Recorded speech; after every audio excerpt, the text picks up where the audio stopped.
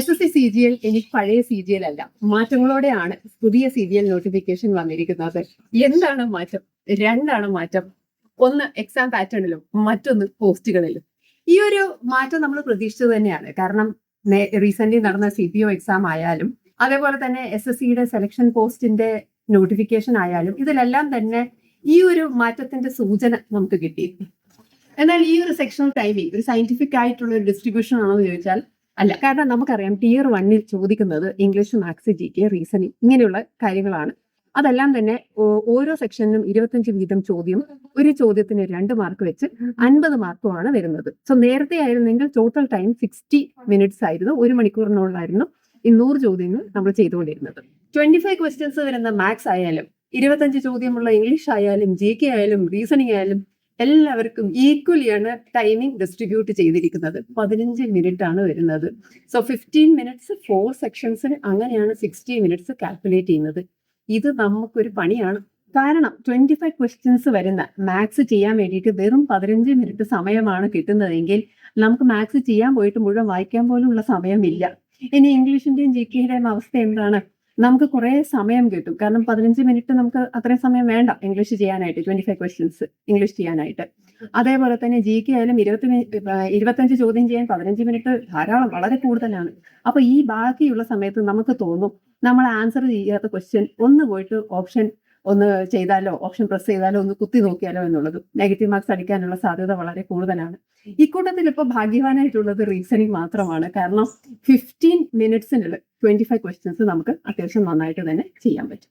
ഇനി നമുക്കുള്ള പേടി എന്ന് പറയുന്നത് സെക്ഷൻ കട്ട് ഓഫ് ഉണ്ടോ എന്നുള്ളതാണ്. ഒരു കാര്യം ശ്രദ്ധിക്കുക, കഴിഞ്ഞ വർഷങ്ങളിലെ SSC CGLന്റെ Tier 1ന്റെ കട്ട് ഓഫ് എടുത്തു കഴിഞ്ഞാൽ നമുക്കറിയാം കട്ട് ഓഫ് വരുന്നത് അബവ് 70% ആണ്. അങ്ങനെ അബവ് 70% നമുക്ക് Tier 1ൽ സ്കോർ ചെയ്യണമെങ്കിൽ എല്ലാ സെക്ഷൻസിലും അത്യാവശ്യം നന്നായിട്ട് തന്നെ നമുക്ക് മാർക്സ് കിട്ടണം.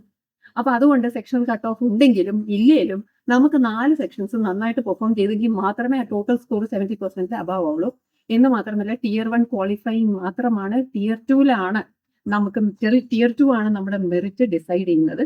അപ്പം അതുകൊണ്ട് ശ്രദ്ധിക്കേണ്ട ഒരു കാര്യം എന്ന് പറയുന്നത് മാത്സ് കുറച്ച് സ്പീഡ് ചെയ്യാൻ പഠിക്കണം. അപ്പൊ അതിന് നമുക്ക് നന്നായിട്ട് പ്രാക്ടീസ് വേണം. രണ്ടാമത്തത് SSCയുടെ ഇപ്പൊ ഏറ്റവും ഇഷ്ടപ്പെട്ട ഒരു സബ്ജക്ട് എന്ന് പറയുന്നത് ഇംഗ്ലീഷാണ്. കാരണം ഇംഗ്ലീഷാണ് കൂടുതൽ ഡിഫിക്കൽട്ട് ആക്കി വരുന്നത്. അപ്പൊ ഇംഗ്ലീഷും നന്നായിട്ട് ക്വസ്റ്റ്യൻസ് പ്രാക്ടീസ് ചെയ്യും. ഇനി Tier 2 സെക്ഷണൽ ടൈമിംഗ് ഉണ്ടോ എന്ന് വെച്ചാൽ ഉണ്ട്. Tier 2ലും ഇങ്ങനെ ഒരു സെക്ഷണൽ ടൈമിംഗ് ഇൻട്രൊഡ്യൂസ് ചെയ്തിട്ടുണ്ട്. Tier 2 നമ്മൾ നോക്കിക്കഴിഞ്ഞാൽ Tier 2നെ 2 സെഷൻ ആയിട്ടാണ് ഡിവൈഡ് ചെയ്തിരിക്കുന്നത്. സെഷൻ 1ഉം സെഷൻ 2ഉം. അതിന് സെഷൻ 1നെ തന്നെ 3 സെക്ഷൻ ആയിട്ടാണ് ഡിവൈഡ് ചെയ്തിരിക്കുന്നത്. സെക്ഷൻ 1ൽ മാത്സും റീസണിങ്ങുമാണ് വരുന്നത്. ആൻഡ് സെക്ഷൻ 2ൽ ഇംഗ്ലീഷും GK ആണ് വരുന്നത്. സെക്ഷൻ 3ലെ ഫസ്റ്റ് പാർട്ട് എന്ന് പറയുന്നത് കമ്പ്യൂട്ടർ അവയർനെസ് ആണ്. നേരത്തെ മാത്സ് റീസണിങ് കൂടി ഒരുമിച്ച് 1 അവറിലായിരുന്നു കംപ്ലീറ്റ് ചെയ്യുന്നത്. പക്ഷെ ഇപ്പൊ സെക്ഷണൽ ടൈമിംഗ് ഇൻട്രൊഡ്യൂസ് ചെയ്തപ്പം 30 ക്വസ്റ്റ്യൻസ് മാത്സിന് 30 മിനിറ്റ്സും റീസണിങ് 30 ക്വസ്റ്റ്യൻസിന് വീണ്ടും 30 മിനിറ്റ്സ് ആണ് വരുന്നത്. അപ്പൊ ഇവിടെ നമുക്കൊരു Tier 1ഉം Tier 2 ഉള്ള ഒരു കമ്പാരിസൺ നോക്കാം. അപ്പൊ Tier 1ല് മാത്സ് ക്വസ്റ്റ്യൻ 25 ക്വസ്റ്റ്യൻസ് മാത്സിന് ചെയ്യാൻ 15 മിനിറ്റ്സ് സമയമാണ് തരുന്നതെങ്കിൽ Tier 2ല് 30 ക്വസ്റ്റ്യൻസ് മാത്സിന് നമുക്ക് 30 മിനിറ്റ്സ് സമയം കിട്ടുന്നുണ്ട്. അതായത് Tier 2ല് നമുക്ക് ഏകദേശം 1 മിനിറ്റ് ഒരു ചോദ്യത്തിന് കിട്ടുന്നുണ്ട് maths question. So that means 60 seconds നമുക്ക് കിട്ടുന്നുണ്ട്. ഇനി സെക്ഷൻ 2 നമ്മൾ നോക്കിക്കഴിഞ്ഞാൽ അതിനകത്ത് വരുന്നത് ഇംഗ്ലീഷും GKയും ആണ് വരുന്നത്. ഇംഗ്ലീഷിൽ 45 ക്വസ്റ്റ്യൻസ് ആണ് വരുന്നത്, GK 25 ക്വസ്റ്റ്യൻസ് ആണ്. ഇപ്രാവശ്യം ഒരു ഈക്വൽ ടൈമിംഗ് അല്ല കൊടുത്തത്. 45 ക്വസ്റ്റ്യൻസ് ഇംഗ്ലീഷിന് 40 മിനിറ്റ്സും ആൻഡ് 25 ക്വസ്റ്റ്യൻസ് GKക്ക് 20 മിനിറ്റ്സ് ആണ് വരുന്നത്. സോ അങ്ങനെയാണ് അത് 1 മണിക്കൂറിനുള്ളിൽ കംപ്ലീറ്റ് ചെയ്യുന്നത്. പിന്നെ ഒരു സെക്ഷൻ കൂടിയുണ്ട് സെക്ഷൻ 3ലെ കമ്പ്യൂട്ടർ അവയർനെസ് എന്ന് പറയുന്നത്. സോ കമ്പ്യൂട്ടർ അവയർനെസ് 15 മിനിറ്റ്സ് കൊണ്ട് 20 ക്വസ്റ്റ്യൻസ് ആണ്. ഇപ്പൊ അതിൽ സെക്ഷണൽ ടൈമിംഗ് ഒന്നും കൊണ്ടുവരാനില്ല, കാരണം നേരത്തെ അത് അങ്ങനെ തന്നെയായിരുന്നു. സോ അങ്ങനെ തന്നെയാണ് വരുന്നത്. സോ അങ്ങനെ 2.25 മണിക്കൂർ കൊണ്ടാണ് നമ്മുടെ ഈ CBTന്റെ പ്രോസസ്സ് തീരുന്നത്. അത് അങ്ങനെ തന്നെയാണ്. പക്ഷേ സെക്ഷണൽ ടൈമിംഗ് ഏതിൽ വന്നിട്ടുണ്ട്? സെക്ഷൻ 1ലും അതേപോലെ തന്നെ സെക്ഷൻ 2ലും സെക്ഷണൽ ടൈമിംഗ് വന്നിട്ടുണ്ട്. ഇനി നമുക്കറിയാം ദർ ഇസ് അനദർ സെഷൻ ഉണ്ട്. കാരണം ഈ പറയുന്ന CBT എക്സാം എല്ലാം കഴിഞ്ഞതിന് ശേഷം അന്നേ ദിവസം തന്നെ നടത്തുന്ന ഒരു ഡേറ്റ എൻട്രി ടെസ്റ്റ് ഉണ്ട്. അതൊരു 15 മിനിറ്റ് ആണ്. 2000 കീ ഡിപ്രഷൻസ് അതൊക്കെ അതുപോലെ തന്നെ മെയിൻറ്റെയിൻ ചെയ്തിട്ടുണ്ട്.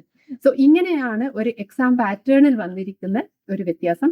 സെക്ഷണൽ ടൈമിംഗ് കൊണ്ടുവന്നിട്ടുണ്ട്. കുറച്ചും കൂടി നമ്മൾ പ്രാക്ടീസ് ചെയ്യേണ്ടി വരും. ഇത്തരം കാര്യങ്ങൾ എക്സാം പാറ്റേണിൽ വന്നിരിക്കുന്ന വ്യത്യാസം. ഇനി പോസ്റ്റുകളിലുള്ള വ്യത്യാസം എന്താണെന്നുള്ളത് നമുക്ക് അടുത്ത വീഡിയോയിൽ കാണാം.